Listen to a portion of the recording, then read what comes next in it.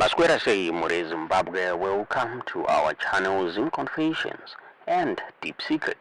Kana kari kutanga kuke panino channel, please don't forget to subscribe.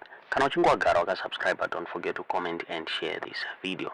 Nasi More Zimbabwe takigirai nyaya irikupisa, nyaya irikunetsa, nyaya yabuditswa ne ma supporters Nelson Chamisa pane group rabuda nekumatebelele ndikuradza kuti they are mobilizing for the emergency new party ya Nelson Chamisa. Mabudu achitara iwo vachiti vatotanga prepare for 2028 and they are ready to put Nelson Chamisa mu State House. More Zimbabwe there is a video yatakuvigira yatrot muone this group ichitaura pamusoro penhau iyoyi. More Zimbabwe hazvina kumira mushe, zviri kunzi vanhu vajamuka, vanhu havachadanzi takaneta kubva nguva yaMDC mayouth arikutaura vachiti paingobuda mafactions akawanda muopposition but now havachada zvinhu zvakadaro. It's now time for change, it's now time to fight for vachamisa kuti vapinde muchigaro. Now that's video this group yemayouth rabuda richiindosa Nelson Chamisa kucharayo vachiti they are preparing for the grassroots avachamisa. Mwamadzo zvamuri kufunga pamusoro penyaya iyoyi mucomment section. Mukaenda muNhoroondo, when we fought for the liberation struggle, pane vaizi chinoichi 7 yakatanga nevanhu chi 7 vakaronga musangano kuti takunobvisa Smith mu State House. Saka zvatinoita pamo ku St Mary's chinonga kutotangidza muno kunobvisa chi mnangagwa uchi State House. Sangu yedu vakomana nevasikana yabva mumakansilas nekuma MP taneta nevanhu vanojoina opposition voshandisa zita ramukuru kuti vapiwe chi maposition. Izvezvi club yedu yafokasa kuna president chokwadi ichocho organizer azorora kana Chamisa vasina kuti kupinda paState House. So ndonyaya yatinawo idiki svikaiti macommanders emaprovince uyai kuno ndichitaura zvanotaura before tisira chi commander vachitipa direction newe Bernard next time patinodzoka muno organize anibona kumbe apoindwa pamberi pevanhu nonga kutodzimwa kuti chi nonga pakazara Chamisa oye President Chamisa oye kuitira izvozvo kuti nemiwo maconstituency kana vasingakwanisa kuti kutomobilize havasi, we don't need them now. Tichazovada later kuita mapolling agents. Izvezvi tinoda vanhu vanokwanisa kuorganiza base nekuti basa ratika kubata harisi remafanyisi, ibasa rekugadzira musangano wachameka sure kuti youth iri paforefront in terms of decision making. Taneta nematsotsi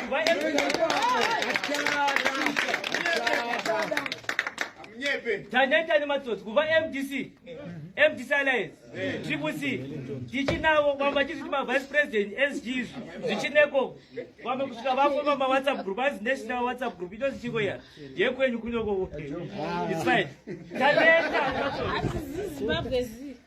Taneta nematsotsi saka hatichada vanhu vemafanyisi omani, tikuda vanhu vekuti tikavapa basa vanoita. Kana uchidhaita kuti vakomana ava vakatumwa nani, I think you are in the wrong platform. They've got Zimbabwe as a democratic country. Tunonga kuJona ZANU. Trikusi chiripo yekutuvamira ndavachama effectively. Saka unonga kunyochera chi trikusi. Kana uchiita zva President Nelson Chamisa, muchatera commander wenchi Jason Ngwararo ne committee yake. Ndizvo ka? Yes. Kana kune madhawo. So tauya kuno ku St Mary's kuti tozoafe maposition yekuti president vedu ndi President Nelson Chamisa. Why vanhu vari confused paso zvikufamba sei? Ndiani aripo president vakakuita nepolitics ko 20 million dzikutaura ndedzipi dzikutaura nana Hopero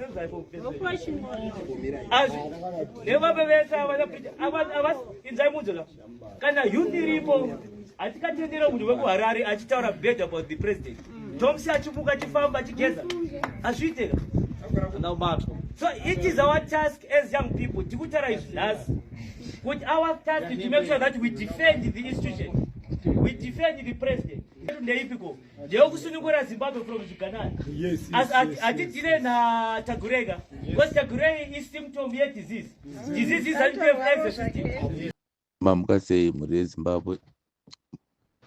Tukufara kusangana mangwanana nhasi pano pachannel yenyoka yemabhunu channel. Chifara rizuva redu rekuti tige tichiparara kuti tiri kufamba sei. mukufamba kwezuva. Tisati tapinda munyaya yedu yanhasi, regai tijekeserane. Pane point yemari iri kuda kuzikanwa neruzhinji rweZimbabwe. Vamwe vakazoti Comrade muri kukomenda sei paishu yemari? Madepartments anosiyanaka. Mari inodiwa pese panoitika program, mari inenge ichidiwa. Then chatinofanira kuziva ndechekuti pano takasanganiswa nedambudziko, so dambudziko rinoda masolutions. So pakuita masolutions tinobatirana, vamwe vachibata nekoko, vamwe vachibata nekoko. Semazivira andinoita, pano panyoka yemabhunu channel pane maorganizations akasiyana siyana. Pane mapolitical parties, pane maactivist organizations, vese vakauya pano kuti tibatsirane padambudziko raComrade Nyoka Yemabhunu.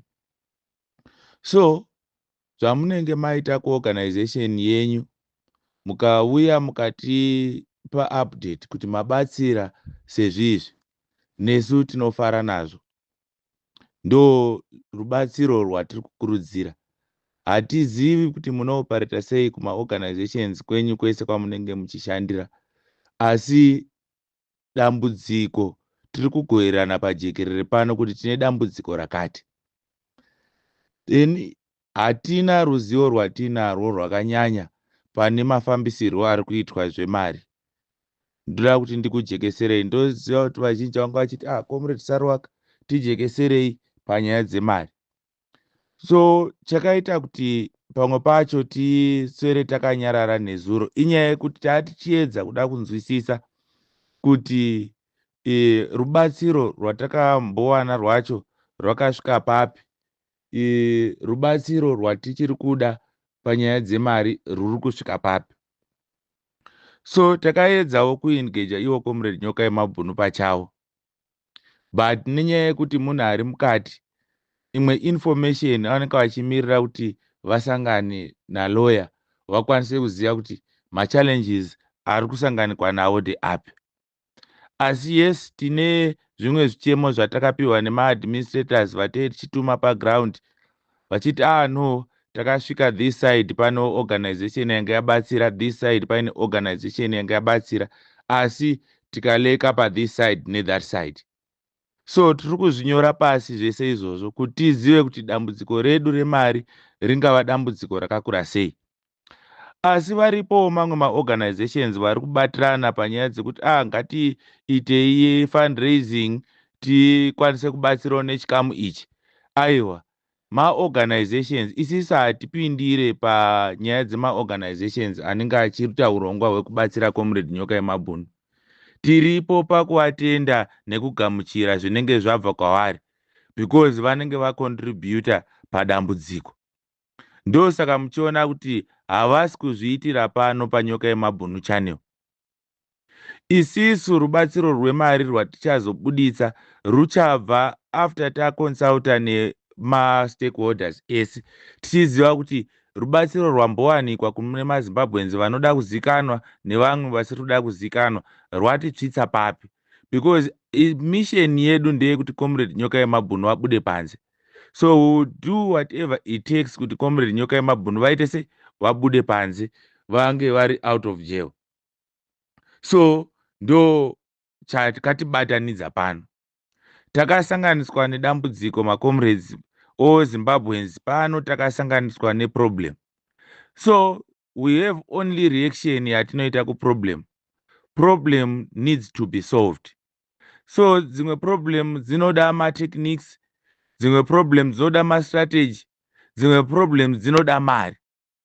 Asi hatikwanise kubata anonzi madepartments ese iwayo tiri tega. Vanoitawo zvemari pamwe pacho vanenge vasina maupdates avanenge vachitsa kwatiri. Asi isisu maupdates atinokupai ndeyekuti basa rafamba sei. Asi izvezvi nenyaya yekuti mazuva awanda mukoti, arebeswa nenyaya yezvigananda zvanga zvichiita matricks azvo kuti nyaya iyi iite senyaya ichatora nguva. So the thing chavanga vachizviitira izvozvo ndechekuti isisu tikwanise pakuremerwa pane zvekuita nemari. So vakamhanya-mhanya vakafamba nesi kusvika patasvika, tiri kuatenda. Maefforts ese ari kuiswa tiri kufara nawo. Then tasvika zvino panguva yekuchiti alright, since tasvika pamakata, makata anotsura materuka, tinenge taakuda kunzwisisa kuti alright fine, nyaya dzemari dzakuinvolva homwe dzevana veZimbabwe wese. Maorganizations abatsira asvikawo paakasvika. Mamwe maorganization tiri kunzwa vari kukumbira kuti vakomana ngatibatsiranei, yes vachiuya vachiupdata pano. Hatina comment yatinenge tichipa because hazvisizve kuorganizations kwedu. Isisuwo takauya pano tichibva kumaorganizations atinobva. Asi hatina kuuya tichitaura zveorganization yedu, takauya tichitaura zvemission yatinayo yekuti tauyawo kuzobatirana nemamwe maZimbabweans pano tiite zvekuti Comrade Nyoka Yemabhunu wabude panze. Kana iwo Comrade Nyoka Yemabhunu paine organization yavanenge wabuda pachena kuti tiri kukumbira kuti itipe rubatsiro rwakati, tinongoya nemeseji iyo toisa ipapo, haisi meseji yedu. So kubatana neunity nekubatsirana padambudziko ndo zvinoita kuti dambudziko rireruke. Chatisingazokwanisi kuita ndechekuti weorganization yakati vati vari kuita mubatanidzwa wemari yekuda kubatsira, toti nesuwo tiri ipapo. Vakatadza kuzofambisa mari zvakanaka kumaorganizations avo, zvinotipa dambudziko kwatiri isisu. Apa tinenge tisina control, hatizivi executive yavo nekuti vanobata sei basa. Ndo saka tiri kuti maorganizations ngaabate basa ravo akasununguka, asina kuvhundutsirwa kana kuchikidzirwa nani zvake. Rubatsiro runenge rwabva kumaorganizations iroro isisu tinorutambira. Homework yatiri kuitawo nenyaya yekuti tiri kuona kuti tasvika pamakata, especially financially, taakuda mabills anenge akura. Hatidi kuzofoira semaZimbabweans kuita this revolutionary task yatagadzirirwa nezvigananda. Saka tinogara pasi toconsulta whoever is involved, then we will be given the correct image yesituation at hand. Naiwo Comrade Nyoka Yemabhunu wacho, we are engaging him.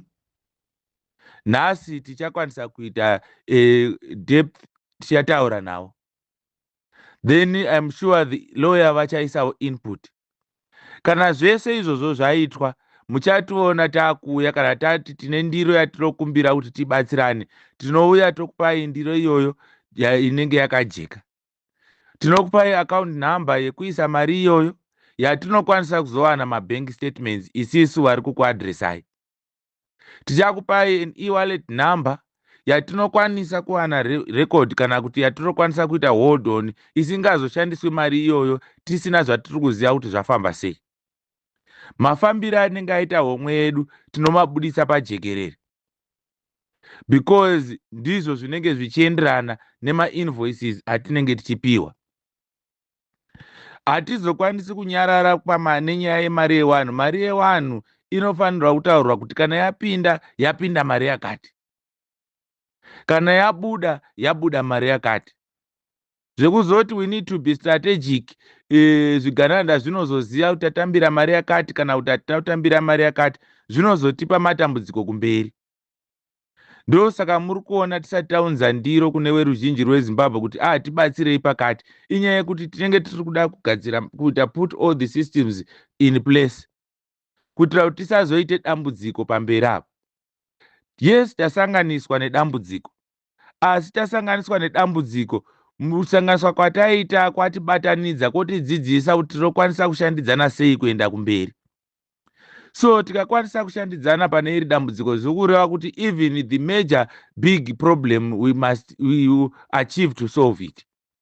This is the first stage of working together as Zimbabweans, nesuwo tiripo tichibatsirana nemamwe maorganizations ariko kwese ari kutaura pano. Yes, tasanganiswa nemaorganizations akasema organizations neruzhinji ma-individuals pano. ndosaka tine maadministrations akasiyana-siyana. Mukatarisa the panel yanyoka yemabhunu channel ine maadministrators akasiyana-siyana ari pano, ane mukana wekutipa message, ane mukana wekuita follow up whatever which is happening, nekuuya kuzotipa maupdates. Isisu the fact yekuti tiri kuedza kufambira nyaya iyi very closely neunyanzvi hwatiinawo hweorganization yatinobva, hazvirevi kuti tiri kumiririra maorganizations ese ari pano. Itai basa renyu, itaiwo marequest, fambirai endai munosangana navo comrade joka yemabhunu wacho kana vakasununguka kusangana nemi. Imi musati kana vati havana kusununguka kusangana nemi moti hanzi vana Sarawaka ndo vakuvharirai panze kuti musataure navo. Hatina masimba iwayo. Isisu tiri kukwanisa kuwana access nawo neaccess kuinformation yatinoda because tiri vanhu vanotrustwa nawo. So nemiwo semaorganizations kana muchishandidzana nawo zvakanaka neexecutive iri kuita basa around, shandidzanai nawo mowana information, moupdateawo pagroup pano nekumagroups kwenyu accordingly. Dambudziko rinoitika kumamwe maorganizations ndezvekuti munozogadzira nyaya dzisiri idzo monoadresa kumagroups kwenyu. Kana manetsana neruzhinji rweZimbabwe ikoko, maakuuya maakuda kuita dambudziko iroro pagroup pano. Isisu tine dambudziko 1 ratinaro rekuti zvigananda zvakatikireetera problem. Vamwe comrade havasi pakati pedu, saka hatina kumberi kwatiri kuzoenda tisina kukwana. That's the situation which we are saying here. So tiri kuti vana vese ngavakwane first, then kana vana vese vakwana veZimbabwe, then we move ahead with the agendas. Fast forward, tine ma-issues atiri kugara tichitsanangura, the key problems dzimwe dziri kutisanganisa pano. Nyaya yemahospital tinoinzwa each and every day. Nyaya yemalecturers tiri kuinzwa each and every day. Takarwadzirwa nezuro tichiona mamwe malecturers eUniversity of Zimbabwe wezvirongwa zvepamusoro-soro zvelaw, advocate Mahere, vachiti hama neshamwari, inini zvimwe ndinomukana wekuwana mari neparutivi. Regai tisiyire vashoma vari kuedzawo kutsvaga basa, muenderere mberi nebasa. Asi semalecturers dambudziko ramuinaro takafamba tese mariri. Tiri kuitawo zvematongerwo enyika, ticharamba tichiisawo voice kuti munzwi kwenyaya yenyu. Asi semunhu akadzidzisawo paUniversity of Zimbabwe nevamwe, ndaakusiya basa, asi handina kusiya mune zvakanaka. Mari yatiri kupiwa tese nemi hatisi kufara nayo. So even mukazotionawo takumatongerwo enyika tichitaura kuti tiri kukumiririrai, muzotitsigira. Ndo mazuva akataurwa naadvocate Fadzai Mahere vachisiya basa kuuniversity. Asi zvinotirwadza kuona malecturers ane experience nemakore akawanda vachidzidzisa malawyers atinowimba nawo, mamwe ane unyanzvi huchaita kuti comrade nyoka yemabhunu wabude panze, vachisiya basa. Hatizozvifariri izvozvo. Then tine issue yemastudents. Mastudents ari kutaura kuti isisi hatisi kudzidza. Since tisiri kudzidza, I don't know kuti muri kutigadzira kuti tizove future Zimbabwe yakaita sei. Ndo saka vari kupinda mumastreets. Wapinda mumastreets imomo ndo patiri kuona vari kuvhundutsirwa nekutyidzirwa. Imi mastudents ekumauniversities imimi, tiri kuti pasi nezvigananda musavhundutsirwe nazvo. Batanai nevamwe nemamwe mafellow progressive Zimbabweans tiende kumberi. Tine maproblems ari kunetsa ekuti mitengo yezvinhu iri kuramba ichingokwira each and every day. Mataxis akakonzera the first ne second chimurenga adzoka futi naMutuli Ncube. Izvezvi tiri kunzwa kuti fuel petrol ichakwira zvisingaiti. Takaenda kuBotswana mukatarisa mutengo wefuel ikoko, toenda kuSouth Africa motarisa mutengo wefuel ikoko, toenda kune dzimwe nyika dziri muSADC motarisa mutengo wefuel kuZimbabwe. Munoona kuti mari iri kuchajwa kuZimbabwe papetrol nediesel is too much. Apa vari kuda kutowedzera futi, because ndiro business ravanotsigira chete nekuti ndiro business rine zvigananda. Tinogara tichiudzwa nyaya yemafuel deals pazvigananda izvi, hachisiri chinhu chinyowani. Kune vana comrade Geza vanouya vachiadresa all these situations, ndo vanowana information iri correct panyaya yekulutwa kuri kuitwa nyika. isisi hatichapindi in detail because hatisi kuwana information iri correct, asi tinomirira ivo vana comrade Geza kana vatiudza kuti wakomana pakati pari kubiwa, kana pataurwawo pakati vakumbirwa kunzi mazimbabweans ngatisimukei, ngativhurei maziso, toteerera. Isisuwo patete tichitaura kuti wakomana tiri kutambudzwa, comrade wedu Nyoka Yemabvuno akasungwa, ngatibatsiranei tisolve this problem, motibatsirawo tofambira mberi. Ndo patinotaurawo ipapo. Then tiri kunzwa zvevascular dementia takaiudzwa naComrade Geza. Zvikanziongororai mamwe maitirwo ari kuitwa zvinhu kugovernment inyaya yekuti mukuru pfungwa hadzichatori mushe. Waakusainiswa zvimwe zvinhu zvawachikachakwanisi kuerenga nekunzwisisa kuti chirungu chacho chiri kuti chii. Ndo zviri kuita kuti avo wemadhiri waenderere kumberi zvinenge zvichinzi zvasainwa napresident, ivo president vasina kunzwisisa. Hakasi kekutanga kuti takaita dambudziko rekuti vanhu vanosaina zvinhu zvavasingazivi. Tinoziva even the RAD concession kuti yanga iine mamwe hidden agendas anga arimo akasainiswa madzitateguru edu. But harisi dambudziko kuti ruzivo rwanga rusati rwapo panguva yacho. Ndo saka tiri kuendesa vana vedu kuuniversity. Tavaendesa kuuniversity toti aiwa ipai malecturers mari yavanoda, ipai mastudents mukana wekudzidza wakakwana. Ndo zvinozoita kuti tisasaine zvinhu zvisizvo. Izvezvi takuona president wakusaina zvinhu zvisizvo each and every day. Inyaya idzodzo dzekuti nguva yawakadzidza waimbodistebwa nehondo wachiluza malecturers. Saka zvimwe zvinhu hawazvinzwisisi, wari kungosaina zvakutipa maproblems now. So kana taakuti wakomana zvinhu zviri kusainwa nemukuru wenyika hazvina kumira zvakanaka, ngatigadzirisei. It's not an insult. Idambudziko havasiriwo Comrade Mnangagwa wakatanga nazvo, zvakasangana nematateguru edu kumashure uku kunana RAD concession. Tikawana masolutions tikaenda kumberi. So isisu izvezvi tiri kuti dambudziko iroro radzoka futi pakati pedu. Taane futi vatungamiriri vasvika pastatus yekuti vaakusainiswa zvinhu zvisiri izvo again. Ndosa tiri kuti chimbosudurukai pai vamwe ava kana vana Chiwenga ava takanzwa achipa adresi yekuratidza kuti pfungwa dziri kutora mushe. Ngatimutsigirei patemu yake iyoyo apinde ambotitungamirira kusvika tasvika paimwe election ya 2028 iri paconstitution yeZimbabwe.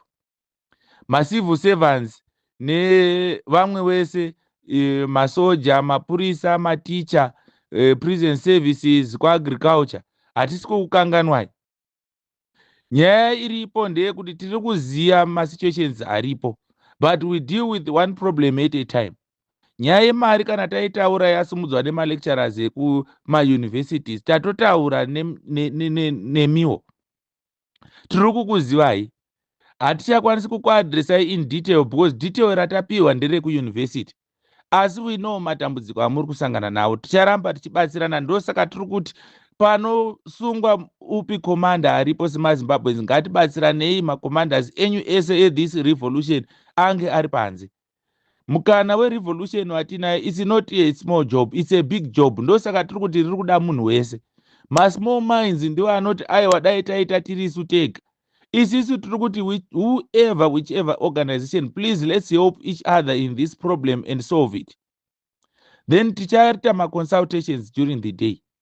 Tonzwa kuti ma-financial challenges atinawo atichitsa papi. Then kana tanza kuti ma-financial challenges atichitsa papi, we facilitate kuti pawe ne-account yatinoisa kuti vakasununguka vaise something imomo.